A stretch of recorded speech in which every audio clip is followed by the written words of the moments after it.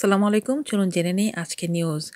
সম্প্রতি বাগদান সম্পন্ন করেছেন হালের জনপ্রিয় অভিনেত্রী ও লাস্যময়ী অভিনেত্রী পরীমণি।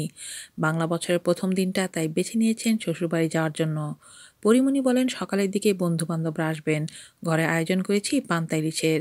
এই অভিনেত্রী আরও বলেন, ছোটবেলায় যে আনন্দ হতো সেটা তো আর এখন ফিরিয়ে আনা যাবে না, তবে আনন্দের রেশটা কিন্তু ঠিকই মনে মনে থাকে। এছাড়া এবারে পহেলা বৈশাখটা একটু অন্যরকম আনন্দ দিবে আমাকে।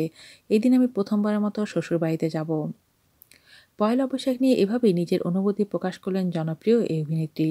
তাদের সঙ্গে সময়টা কাটিয়ে বিকেলের পর চলে যাব হবু শ্বশুরবাড়িতে।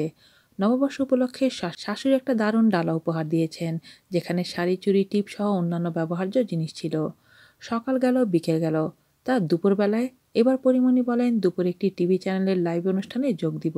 এছাড়া রাতে একটি রেডিও স্টেশনের লাইভে থাকব। আজ এ পর্যন্তই। আল্লাহ হাফেজ।